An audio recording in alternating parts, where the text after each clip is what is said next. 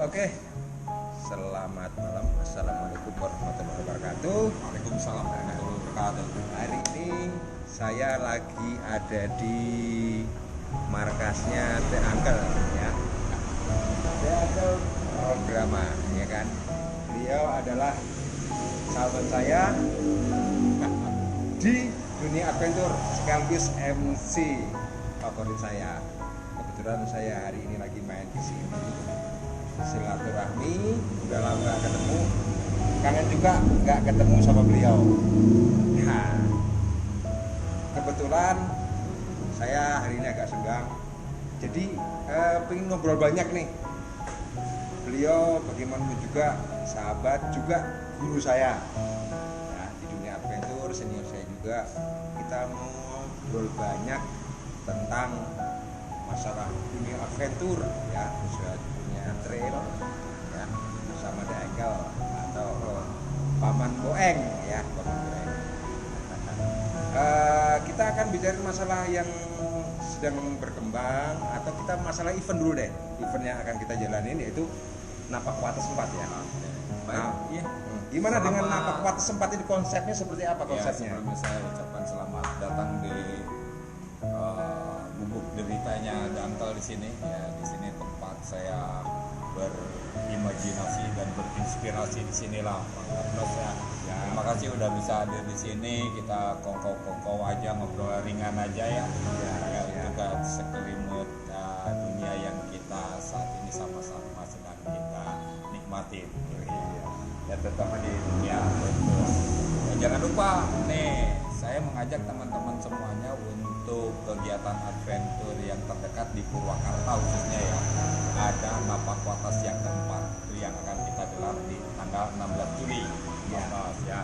Dan mungkin ada teman-teman juga udah sedikit melihat bocoran jalur, ada campur tangan beliau juga nih ya di Napak Wates 4 ini. Untuk itu ya saya ucapkan terima kasih lah, karena sejatinya seperti itulah kita para penggiat adventure itu, untuk bisa saling mengisi gitu ya. Itu untuk Napak Wates 4 ya, sepertinya masih dalam on the track, semuanya berjalan dengan sesuai dengan schedule dan planning yang sudah dipersiapkan. Tapi ngomong-ngomong, Mas Alfons kan udah sempet juga tuh ya nengok-nengok nih ke dalam nih ya, tiap jengkal jalurnya itu. Kira-kira seperti apa menurut Mas Alfons dan apa yang mesti kita kupas di situ kira-kira? Oke, kemarin saya sudah 2 kali masuk jalur ya. Jadi evaluasi pertama itu review yang pertama, dan evaluasi kedua review kedua. Kebetulan yang kedua ini ditemenin sama COF dari Mijabar, yaitu Bapak EDGE. Dari James Bond. Iya. James Bond. Kemarin juga sudah banyak ngobrol sama beliau. Keseluruhan jalur, dan kemarin juga sudah ada sempat video yang saya jelaskan ya, tapi ya hanya singkat, nggak terlalu rinci. Saya akan coba gambarkan sedikit lagi biar lebih lengkap lah. Tempat start bagus, yaitu di area wisata Giri Tirta Kauripan. Di situ peserta nanti ada penginapan, ada villa, ada villanya. Venue-nya juga Keren. Villa itu tarifnya juga nggak mahal-mahal banget, dari yang 75.000 kan, itu ada di atas. Terus ada yang 1 jutaan, ada yang 2,5 juta. 2,5 juta itu villa, bisa muat orang banyak, dan diskon untuk khusus villa ya. Khusus villa untuk peserta diskonnya 50%. Jadi 2,5 juta diskon 50%. Tapi tak jelasin sedikit, biasa kalau villa-villa itu jam 12 siang harus check out. Nah, gitu ya. yang ini gimana? Yang gimana tuh? Yang di Giri Tirta Itu yang di Giri Tirta. Nah, tapi kemungkinan nanti biar panitia nanti yang urus lah, biar kiranya bisa 24 jam. Nah, jadi enak kalau bisa 24 jam, kita masuk malam, pulang malam lagi, biar nanti biar diurus sama teman-teman dari panitia. Oke, terus dan masih bisa dinego ya. Masih bisa nego, nanti biar mereka yang urus.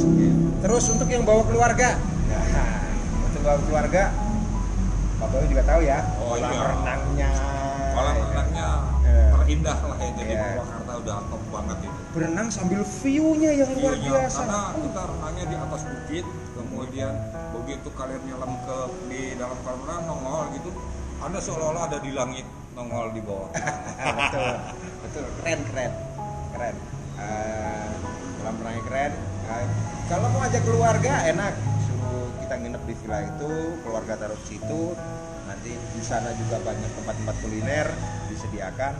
Jadi suaminya atau selingkuhannya mau ngegas, silakan ngegas.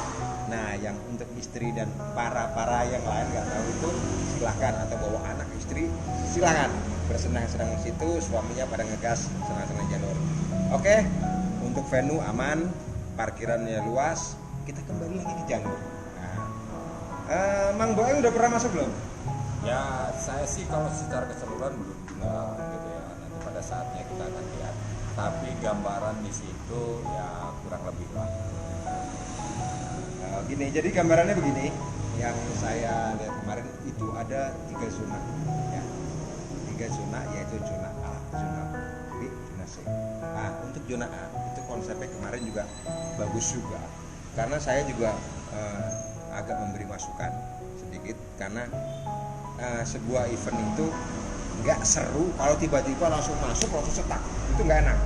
Nah, jadi itu konsepnya cross country, ya. Fun cross country. Jadi peserta yang bisa speed silakan, yang penikmat silakan jadi penikmat, tidak akan mengganggu yang lain. Jadi yang bisa cepat silakan mendahului. Jadi cross country sekitar 13,4 kilo kemarin saya ukur di zona A. Ada juga long speednya yang berani kencang, nah di situ. Tapi kategori masih aman, ya nggak mencelakakan lah. Cuma di ujung aja ada agak sedikit batu, nah, buat bumbu aja. Oke. Terus nah masuk zona B, itu zona B ada dibagi 2 bagian, yaitu B1 hard enduro, B2 nya itu speed dan tanjakan. Di zona B1 kita masuk hutan, langsung masuk sungai. Tapi itu jalur hard enduro ya, tapi nanti akan diciptakan jalur yang fun-nya lagi buat yang mungkin yang emang nyari seneng aja, tidak suka jalur yang hard, nanti ada jalur alternatifnya. Jadi nggak semuanya harus memaksakan diri untuk masuk ke situ, enggak juga. Jadi cukup aman. Sungai itu sekitar 3 km berbentuk V, ya. Itu hulu sungai kali 1000. Hulu sungai kali 1000. Setelah itu keluar, kita teknikal sedikit, nanjak dikit, teknikal masuk tanjakan. Di situ ada tanjakan Utomo, tanjakan Glenmore, dan tanjakan OST. Nah, tim jalurnya yaitu untuk zona B itu AB OST 48 MX, ya, sahabat saya sendiri. Nah, itu. Terus untuk zona C atau B2 itu cross country speed cross country, nanti ada ketemu tanjakan tambah tanjakan kembar, cross country lagi.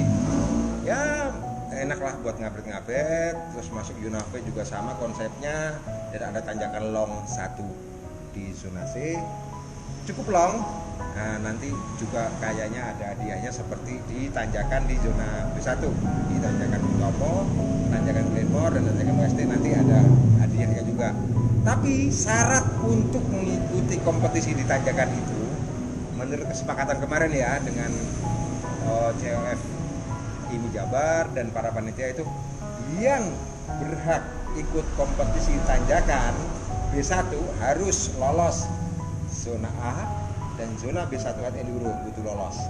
Itu salah satunya syarat. Nah, jadi ini bukan masalah pelit atau gimana, bukan. Biar yang merasa telah berjuang, maka kita apresiasikan untuk mengikuti. Ya, kadang-kadang gini juga sih, Nos. Kadang-kadang kalau pemburu tanjakan itu dia tidak ikut jalur, dalam kondisi seger dia langsung ke lokasi tanjakan, Terus dia langsung jajal sepuasnya sampai dia dapat, sementara orang-orang yang masuk jalur nih ya, yang mau tanyakan dia udah kondisinya udah mulai menurun ya fisik, terus waktunya udah mulai terbatas lagi. Jadi enak banget orang yang langsung datang ujung-ujungnya buat tanjakan gitu kan, atau ikut tanjakan. Jadi ya cocok banget lah gitu untuk ada filter dulu untuk persyaratan untuk ikut lomba tanjakan, ikut dulu jalur gitu kan, biar semuanya merata sama gitu, kira-kira gitulah ya. Betul. Konsepnya seperti itu. Jadi yang apa ya, yang penggila tanjakan ya harus ngerasain juga dong perjuangan dengan orang-orang yang suka hard gitu. Jangan yang tahu-tahu datang tertuju ke tanjakan seakan-akan dunia adventure itu buat cari duit. Saya rasa bukan.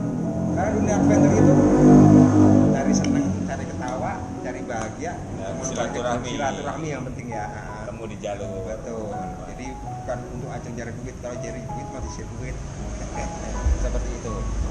Berarti kalau yang Jono B1 Enduro itu bukan Sungai Seribu Hilir yang sering digunakan oleh bukan.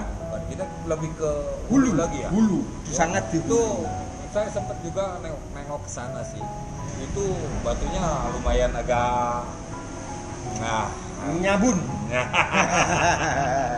Sabun colek, tapi kita sudah konstruksi untuk kapan aja Anda pengen keluar bisa banyak udah sediakan udah siapin gitu kan. Jadi jangan takutlah soal itu, karena kebutuhan jalur-jalur adventure juga saat ini sudah mulai disisipi oleh jalur-jalur yang lebih hard lagi. Betul. Itu hanya opsi dan pilihan kira-kira. Ya. Tapi sebenarnya kita banyak menggunakan di situ lahan-lahan yang ya terutama lahan perhutani juga ya, maksudnya di situ ya. Nah itu tuh. Kan ya. Gimana tuh? Jadi gini. Kita saat ini setiap mengadakan event itu, jujur kita sebagai pelaksana ya agak terkendala dengan perizinan perhutani. Entah itu konsepnya mau seperti apa, kita juga bingung. Saya juga nggak berwenang untuk komentar apapun karena mungkin nalar saya nggak nyampe ya untuk itu, karena kita juga di advent cuma cari senang. Mungkin Uncle punya gambaran sedikit harus seperti apa sih gitu loh, harus seperti apa sih dalam menyikapi perhutani ini, karena saya dengar itu harus butuh izin ini, butuh izin itu, harus ke asper, harus ke apa. Itu kadang-kadang saya mau mikir panjang ke sana, kadang-kadang otak saya nggak nyampe, mau komentar takut salah. Nah, coba gimana menurut Uncle nih? Seperti apa sih perizinan itu, dan untuk apa perizinan itu, dan arahnya mau kemana perizinan itu, dan apa yang harus diberikan penyelenggara untuk perhutani, dan perhutani bisa memberi kita apa, dan apa syarat-syarat yang harus kita tempuh agar bisa melalui area perhutani seperti itu. Monggo silakan. Ya kalau kesana sih sebenarnya berat juga nih ya pertanyaan atau apa ya gitu. Tapi ya kita mah lah ngobrol secara orang awam aja gitu ya, secara orang awam sebagai anggota masyarakat juga yang hidup di negara ini dan punya kesamaan hak dengan orang-orang lain juga. Hak terhadap hutan, hak terhadap lingkungan dan lain-lain. Terkadang yang paling salah kaprah itu adalah orang menyebutkan kegiatan-kegiatan off-road itu adalah kegiatan-kegiatan seperti perusakan hutan dan lain-lain ya. Saya sih bukan karena saya adalah bagian dari teman-teman atau bagian dari kegiatan off-road atau adventure, bukan hanya karena itu, tapi ini secara logisnya aja gitu ya. Hutan yang ada di kita itu, apalagi hutan produksi atau hutan pinggir hutan gitu dah. Itu banyak kategori hutan yang bisa dimanfaatkan oleh kegiatan masyarakat. Di situ ada lembaga masyarakat desa, di situ kan. Kemudian LMDH lingkungan hutan di situ ada. pemanfaatan hutan untuk kegiatan-kegiatan wisata juga ada, pemanfaatan hutan untuk kegiatan-kegiatan edukasi, kegiatan untuk observasi dan konservasi juga ada hutan itu. Nah, jadi mana hutan yang bisa kita manfaatkan, mana juga hutan yang total tidak boleh. Bahkan siapapun nggak boleh masuk ke dalam hutan itu, hutan-hutan konservasi untuk kelestarian lingkungan alam. Nah, sementara sejauh ini ya, kegiatan-kegiatan trail adventure apalagi yang sifatnya event-event itu ya tidak masuk ke pelosok-pelosok hutan pedalamannya. Mereka itu yang membuat rangkaian jalurnya itu jalur-jalur yang ada jalan-jalan setapak di kehutanan itu sendiri, di area betul itu daerah di area kehutanan. Tapi itu yang juga biasa digunakan oleh warga masyarakat setempat. Nah, kalau itu udah biasa digunakan warga masyarakat setempat dan lain-lain, ya ada barangkali hak-hak off-roader juga untuk melalui jalan-jalan seperti itu, gitu kan. Nah, terus ada kesan kita merusak lingkungan dan lain-lain, nggak juga.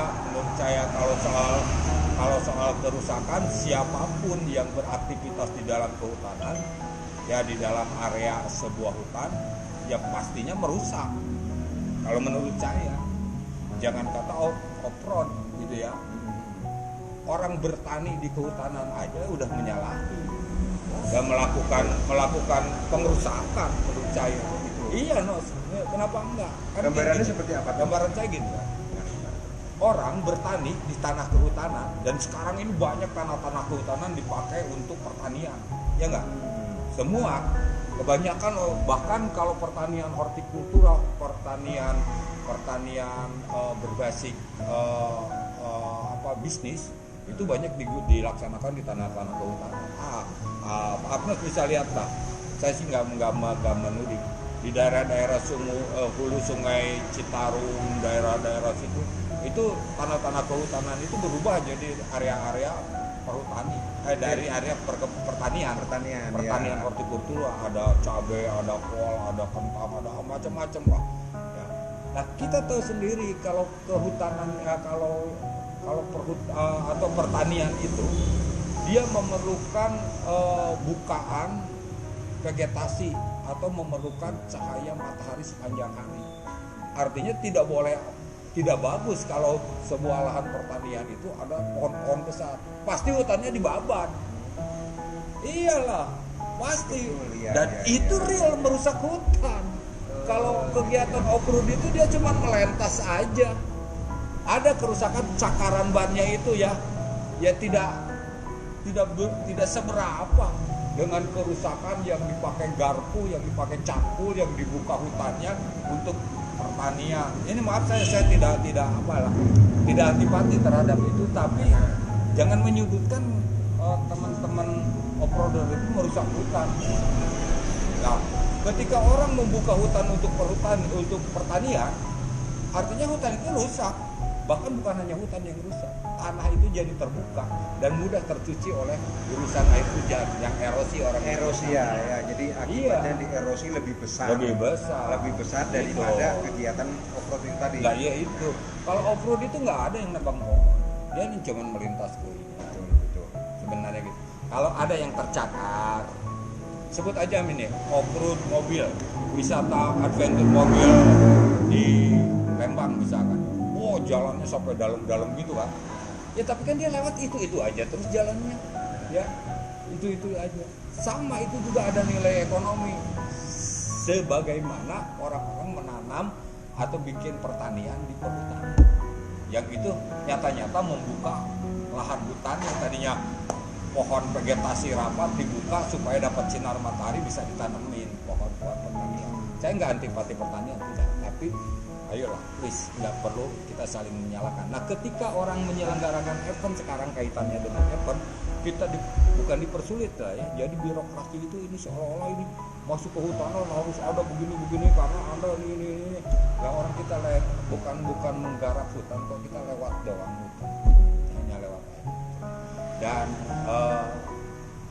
yang dibuat di kehutanan juga jalur-jalur yang biasanya yang sudah ada ya, karena panitia juga tidak mungkin setiap menyelenggarakan event itu jalur itu bukaan baru semuanya nggak ada lah sebenarnya. Semua jalur perawan agak bohong juga sebenarnya. Jadi intinya gini, kita sebagai penyelenggara atau penggiat menyikapinya dengan perizinan yang cukup sulit, dengan birokrasi yang agak jelimet. Kita sebagai pelaku atau penggiat adventure atau pelaksana event itu, langkah-langkah awal apa sih yang mesti kita lakukan? Ya sebenarnya memang itu kan untuk pelaksanaan sebuah event trail adventure itu ya memang harus ada legal formalnya, termasuk ya salah satunya memang meskipun ruhnya dari mana saya juga kurang paham Mas ya, kenapa kita harus ada izin dari perhutani gitu. Sementara perhutani juga salah satu adalah yang memiliki yang perhutani juga adalah pemegang konsensi dari sebuah lahan yang dipunya negara gitu kan. Didelegasikanlah kan, dikonsensikanlah ke perhutani. Nah ada lagi yang dikonsensikan ke perusahaan-perusahaan, kalau sekarang yang sawit-sawit itu gitu kan, yang kalau di luar Jawa itu kan. Nah seperti itu sama penggarap perhutani juga sebenarnya mah gitu kurang lebih. Iya. Nah karena kita masuk wilayah garapan perhutani, jadi seolah-olah kita harus izin perhutani, kurang lebih seperti itu gitu. Padahal kalau secara hierarki kedudukan ya perhutani juga penggarap tanah negara sama aja begitu gitu. Iya. Bahkan dia malah jadi punya kewenangan, diberikanlah hak istimewa terhadap perhutani itu untuk bisa dia nyewakan ke tempat wisata, nyewakan ke petani. Jangan salah loh, petani-petani yang nyawa-nyawa di hutan itu ya, anda lihat kalau Anda masuk ke Sungai Seribu contoh aja lah ya yang dekat, itu banyak sawah-sawah tuh sebelum Sungai Seribu yang hilir ya. Itu sawah perhutani semuanya. Perhutani bukan sawah milik. Jadi tadinya hutan dibikin sawah. Itu. Nah mereka bayar ke mandor-mandor ya ke itu. Nah itu kan yang terjadi gitu kan. Jadi semuanya penggarap. Lah kita lewat doang. Iya. Jadi seperti itu. Nah jadi ya tolonglah gitulah untuk kegiatan-kegiatan seperti ini, karena trail adventure juga ini merupakan sebuah industri yang memberi penghidupan kepada ribuan bahkan ratusan ribu bahkan jutaan orang hidup di industri adventure ini.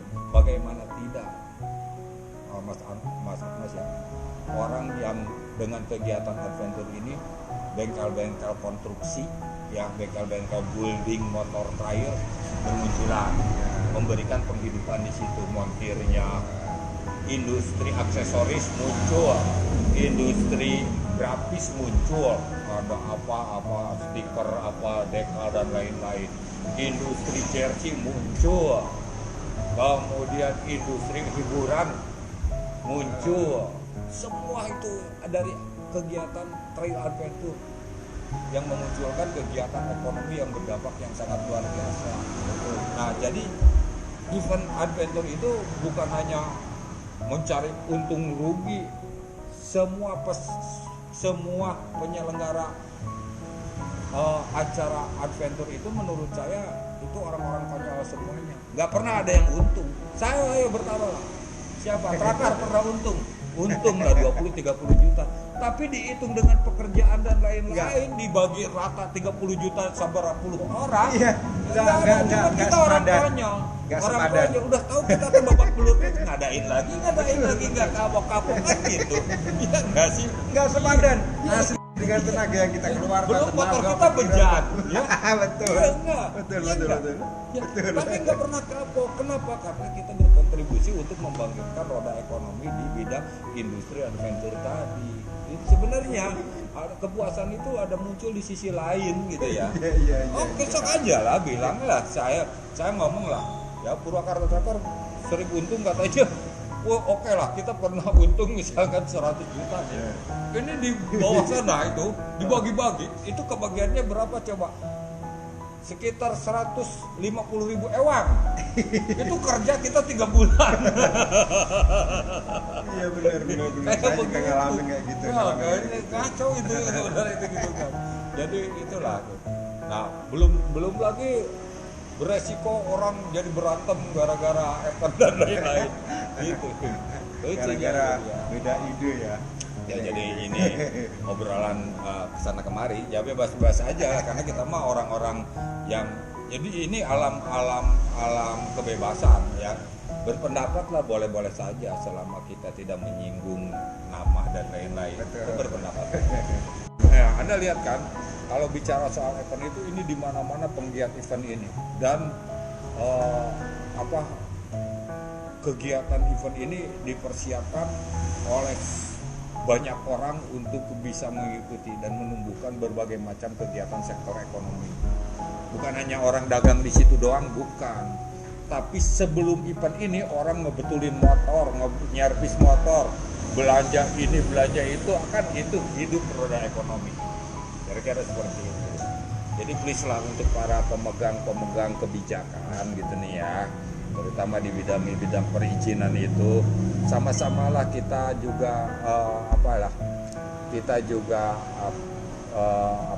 pemanfaat dari sebuah lintasan, misalkan dari perhutani ya, kita mohonlah untuk dipermudah aja, bukan hanya karena satu insiden mengakibatkan seolah-olah ini jadi salah semuanya. Salah semuanya, begitu. Kita nggak bisa saling menyalahkan soal itu.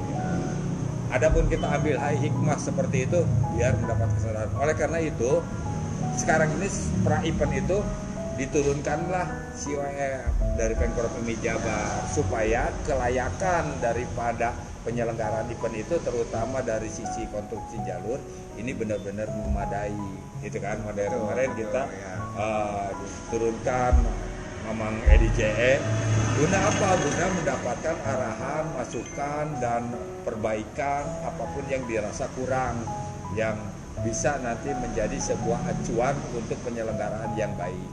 Kira-kira seperti itu ya. Dan sebenarnya dari awal juga memang seperti itu kita laksanakan, dan semua para penyelenggara kegiatan juga seperti itu. Ikutlah kita semua tata aturan, tapi tolong jangan dipersulit. Kira-kira gitu ya. Ya, harapan kita juga seperti itu.